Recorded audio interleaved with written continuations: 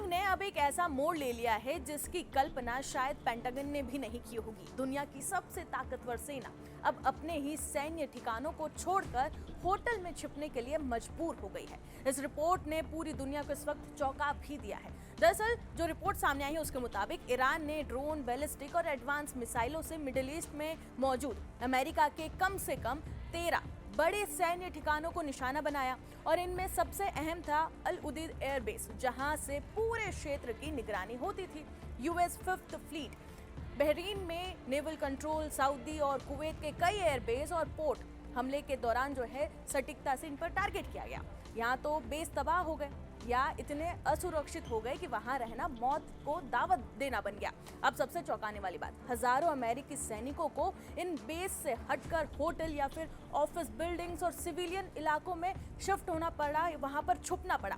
कुछ सैनिकों को यूरोप भेजा गया, लेकिन जो मिडिल ईस्ट में है वो अब मिलिट्री वर्क फ्रॉम होम जैसी स्थिति में काम कर रहे हैं। देखिए, एक असली सैन्य बेस में क्या होता है, अब उसे समझिए। यहाँ पर हाईटेक रडार सिस्टम होता है, मिसाइल डिफेंस होते हैं, सीक्रेट कमांड सेंटर होते हैं, लेकिन होटल में क्यों छिपे वो एक सवाल है। ना वहाँ पर सुरक्षा होती है, ना सीक्रेसी, ना टेक्नोलॉजी। यानी कि अमेरिका की डिफेंस शील्ड को बड़ा झटका ईरान ने दिया है। अब सबसे बड़ा नुकसान जो हुआ है वो हुआ है अल उदीद एयरबेस के रडार सिस्टम को, जो पूरे पर्शियन गल्फ पर नजर रखता था। उसे भारी नुकसान पहुंचाया गया ईरान की तरफ से। यानी अब हमले पहले से कई गुना ज्यादा खतरनाक हो सकते हैं, क्योंकि डिटेक्शन सिस्टम कमजोर पड़ गया है।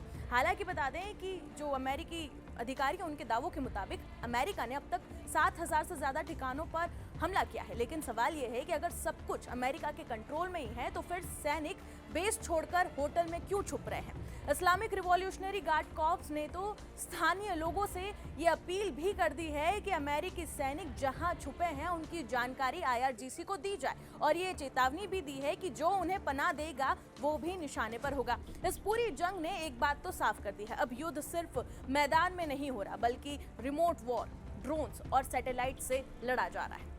और बता दें कि पहली बार अमेरिका जैसा सुपर पावर देश को डिफेंसिव मोड में देखा जा रहा है। तो ये क्या संकेत है कि मिडिल ईस्ट में अमेरिका की पकड़ क्या कमजोर हो रही है वाकई में, या फिर ये सिर्फ एक रणनीतिक चाल है।